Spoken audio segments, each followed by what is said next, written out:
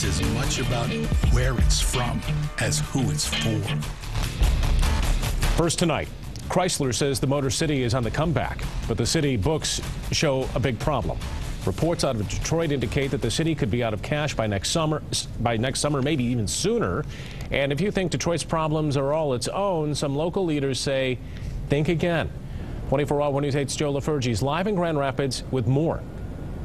Yeah, Brian, you know, this is a tale of two cities. Detroit, which many say is headed for that state takeover, and Grand Rapids, which is safe from any takeover talk, but still worried about what's happening in Motown.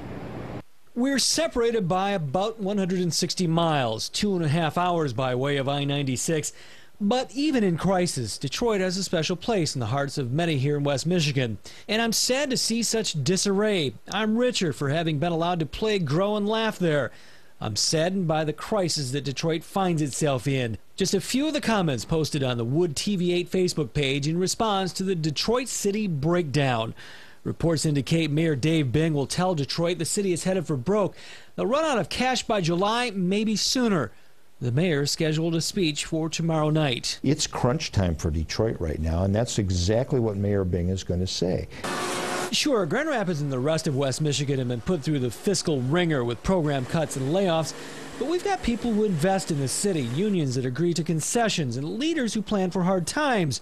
Grand Rapids has 25% fewer employees than it had before George Hartwell took office in 2003.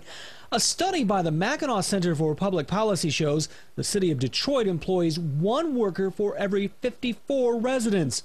Grand Rapids officials say their ratio is 1 to 126. I can't begin to put myself in Dave Bing's shoes. There are major cultural differences between our communities. But what I can say is that Detroit has not shrunk its workforce as rapidly as Grand Rapids has in anticipation of fiscal challenges in forward-looking years. Then why should we care about Detroit? So much of the world looks at Detroit and thinks Michigan. And there's a ripple effect to Detroit's struggles. Hartwell says it's the economic engine of Michigan. The economic engine can't attract more business and can't grow that business sector if municipal services are at an all-time low.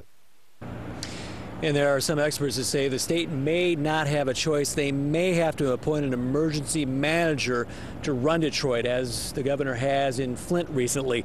Now, we contacted Governor Snyder's office. A spokesperson says it is premature to have a discussion about a Detroit takeover by the state. The governor has been consistent all along that he wants to do anything he can to avoid that very scenario.